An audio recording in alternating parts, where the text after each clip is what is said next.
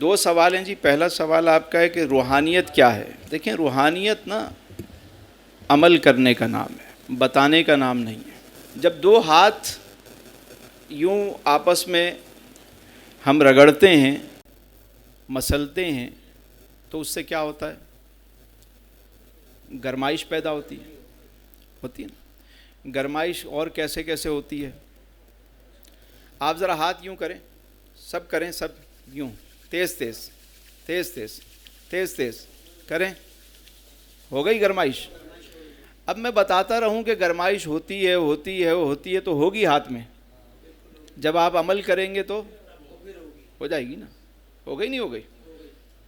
روحانیت عمل کرنے کا نام ہے، خالی باتیں کرنے کا نام روحانیت نہیں. آپ ساری زندگی روحانیت کے بارے میں پڑھتے رہیں، کوئی سمجھ میں نہیں آئے گا. روحانیت پریکٹیکل روح کی دنیا ہے، اس کو بیدار کریں، عمل کرتے جائیں، روحانی طور پہ مضبوط ہوتے چلے جائیں گے. ٹھیک ہو گیا؟ اب آپ کا دوسرا سوال کیا تھا؟ قیمتی تحفہ. دیکھیں جی، سب سے قیمتی تحفہ جو ہے وہ ہے اپنا وقت دینا. اور سب سے قیمتی تحفہ کیوں ہے؟ کہ یہ جو زندگی ہے یہ ہے کیا؟ یہ وقت ہے. اب جب ہم کسی کو وقت دیتے ہیں تو اپنی زندگی اس کو دیتے ہیں، یا اس کی اپنی زندگی میں سے اس کو حصہ دیتے ہیں. ہم کسی کو وقت دیتے ہیں تو کیا دیتے ہیں؟ حصہ دیتے ہیں. اس لیے سب سے قیمتی تحفہ یہ ہے کہ آپ کسی کو اپنا وقت دیتے ہیں. یہ جو آپ تشریف لائے ہیں، آپ نے وقت دیا.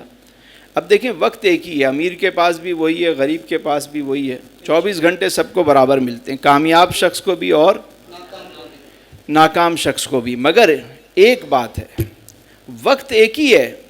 بیوی کو بھی چاہیے، بچوں کو بھی چاہیے، کام کو بھی چاہیے، بزنس کو بھی چاہیے، ٹھیک ہے، ماں کو بھی چاہیے، باپ کو بھی چاہیے، اور تو اور رب تعالیٰ بھی آپ سے آپ کا وقت مانگتا ہے. رب تعالیٰ کیا مانگتا ہے؟ وقت. تو اب یہ وقت یہی ہے آپ کے پاس، اس کو کیسے گزارتے ہیں؟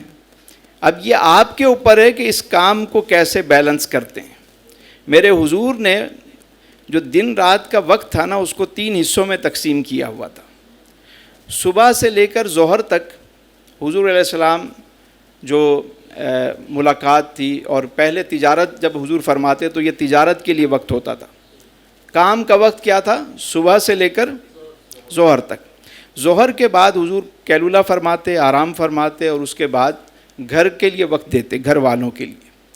اور جب رات ہوتی تو رات کا پہلا پہر عشاء کے بعد حضور آرام فرماتے، اور آخری پہر پھر اٹھ کر حضور اللہ کی عبادت میں مصروف ہو جاتے ہیں. تو ایک وقت کی ترتیب میرے آقا کریم علیہ السلام کی زندگی سے ہمیں معلوم ہوتی ہے.